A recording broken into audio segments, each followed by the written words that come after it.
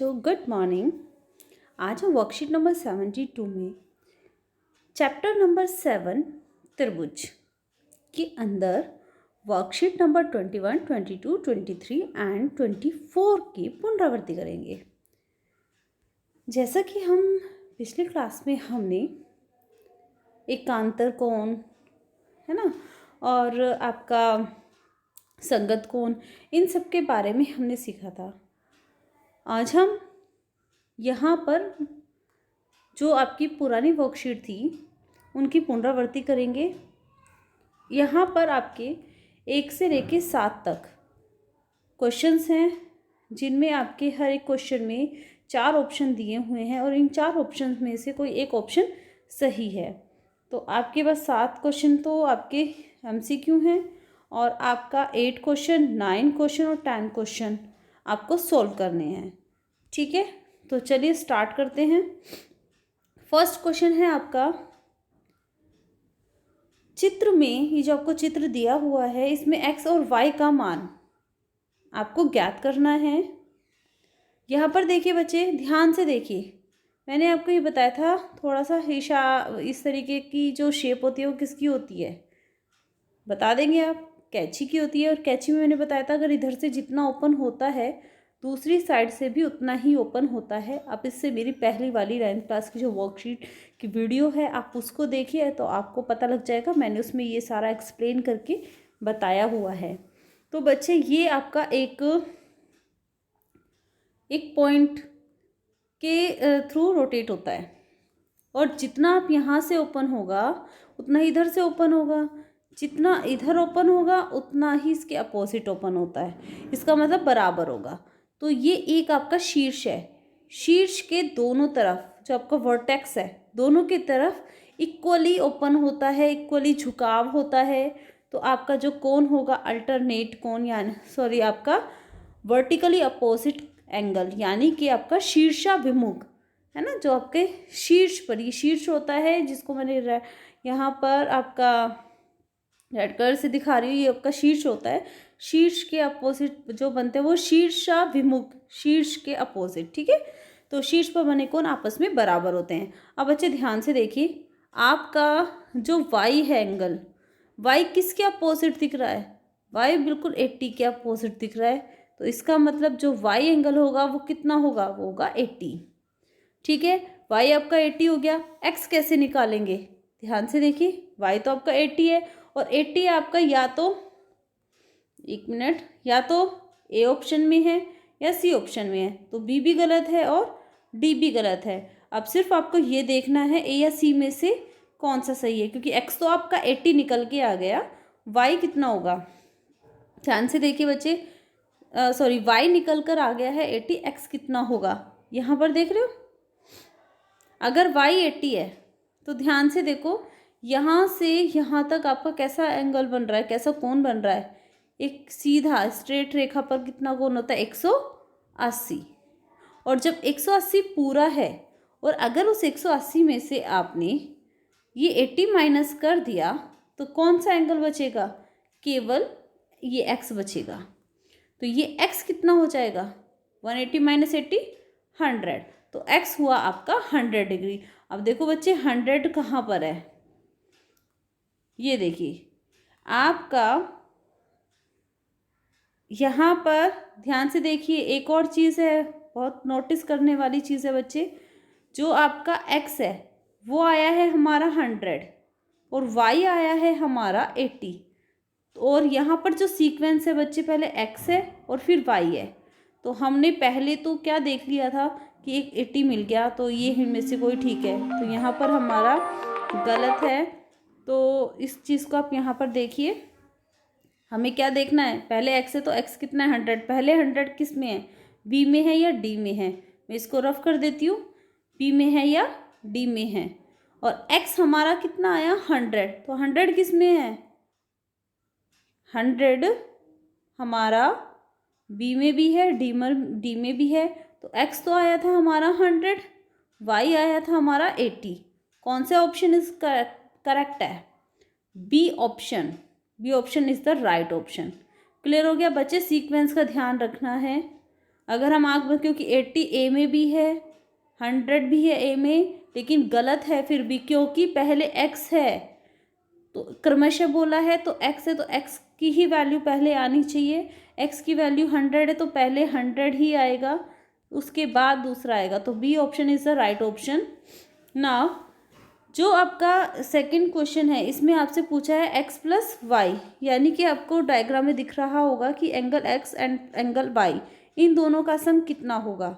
अब ध्यान से देखिए बच्चे, जरा थोड़ा सा प्रीवियस क्लास में आ जाए, क्योंकि ए बी और जो आपका सी डी है वो दोनों पैरेलल है, और आपको अच्छे से बताया कि अगर दो लाइनें पैरेलल होती हैं उसको एक तिर्यक रेखा कट करती है, तो उसमें ये जो आपका एस बनता है ये आपका एक एकांतर अंतः कोण होते हैं और ये आपस में बराबर होते हैं।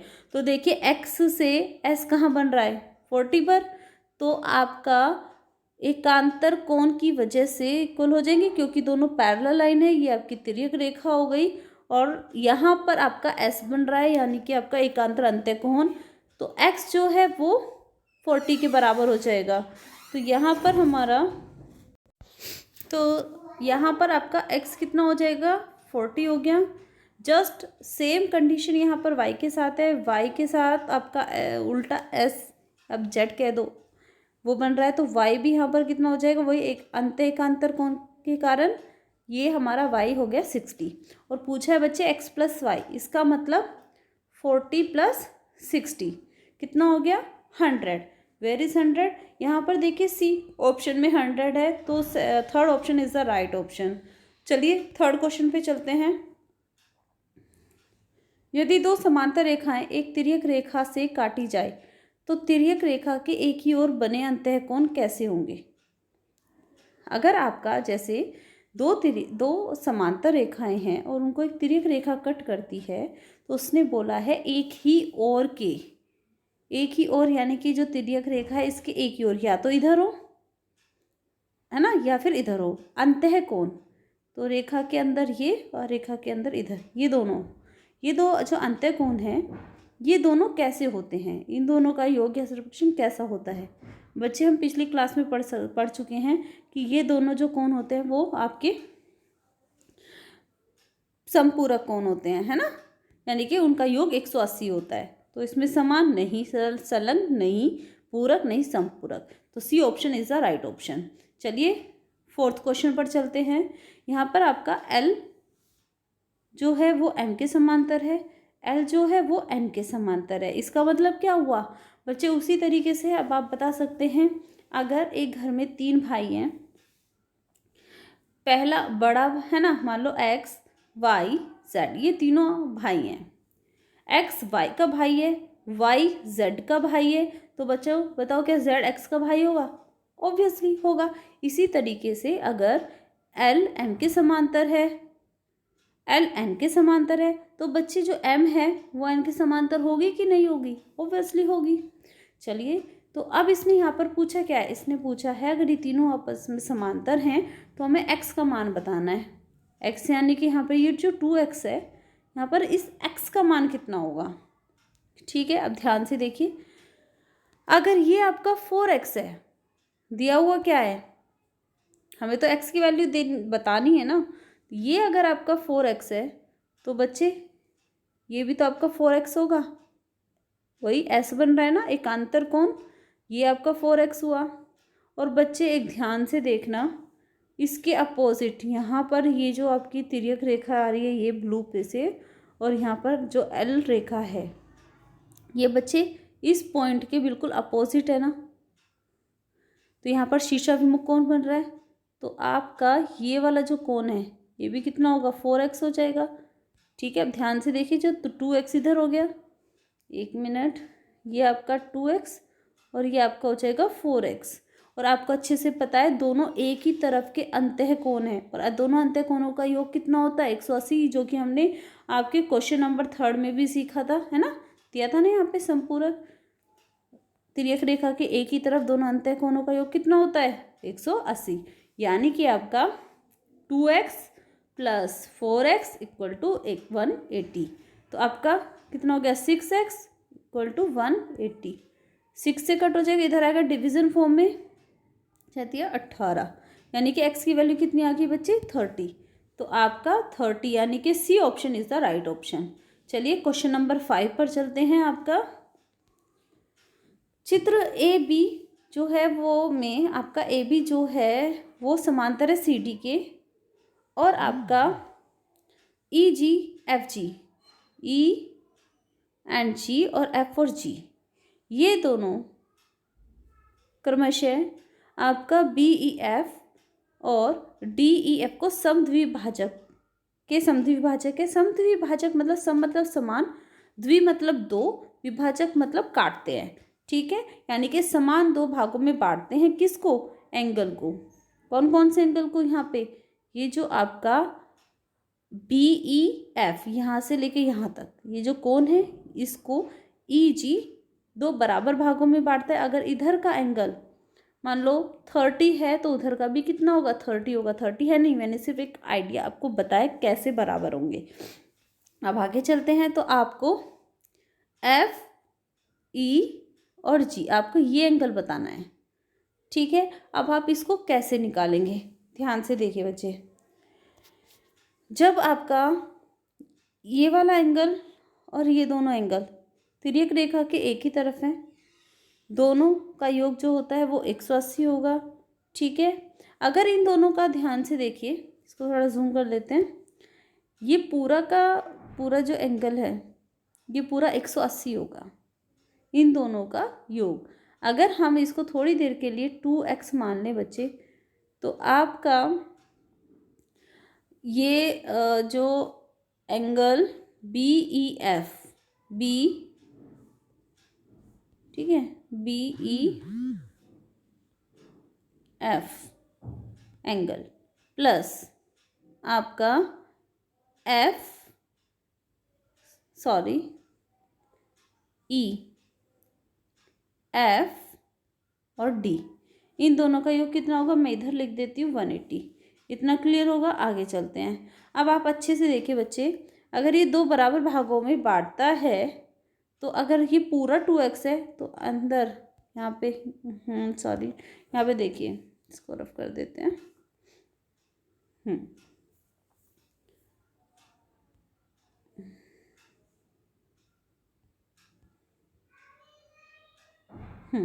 देखिए अगर ये पूरा 2x है तो बच्चे आपका ये अंदर वाला पोर्शन कितना हो जाएगा, x का हो जाएगा, और बाहर भी x का हो जाएगा।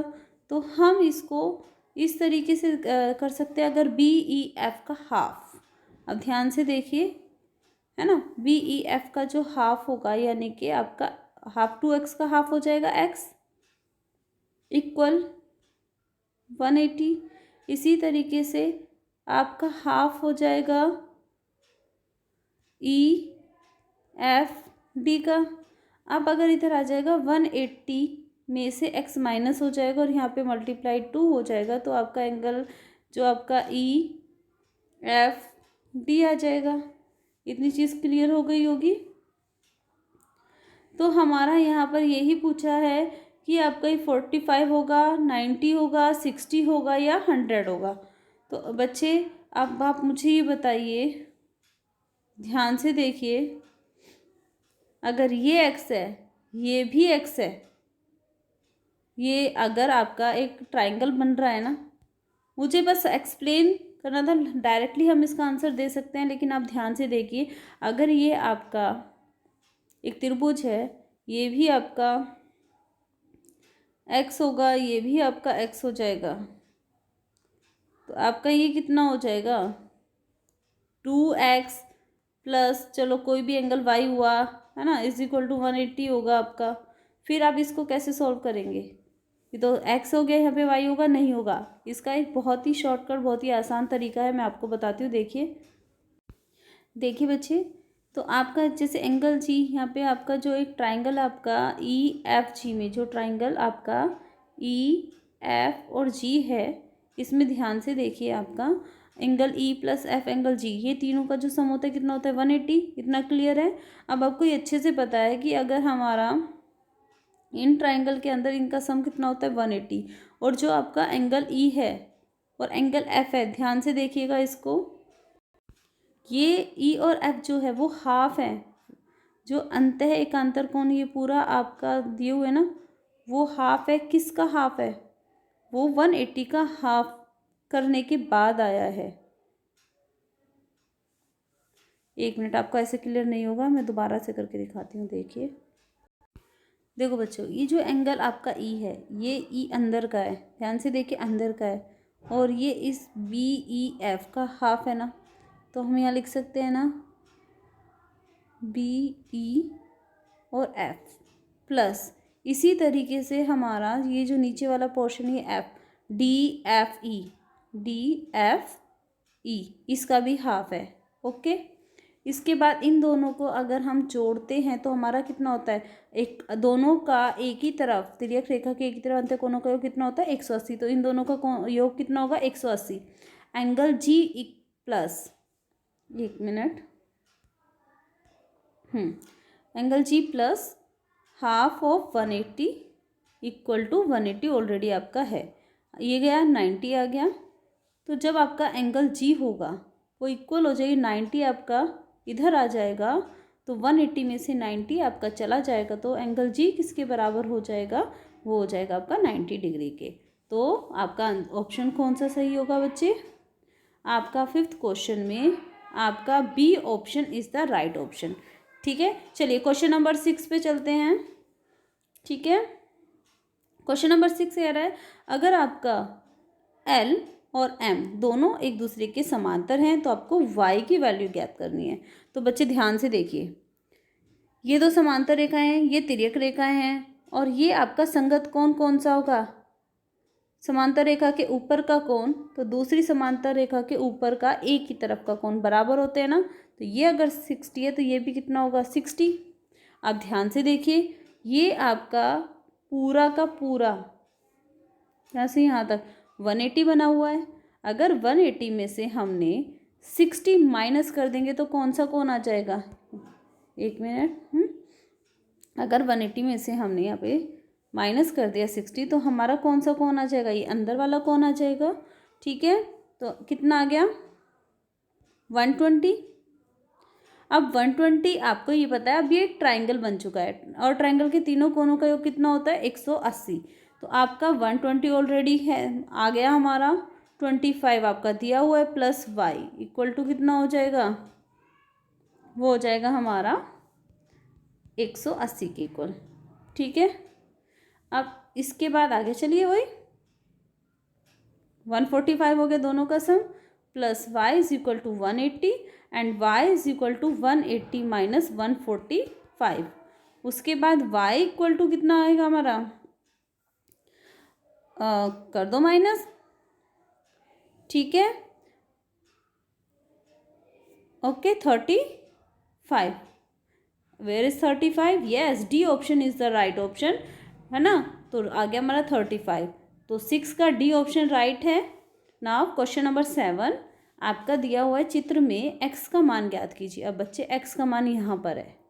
अब आप ध्यान से देख लीजिए, आपको अच्छे से डायग्राम में दिख रहा होगा कि ये एक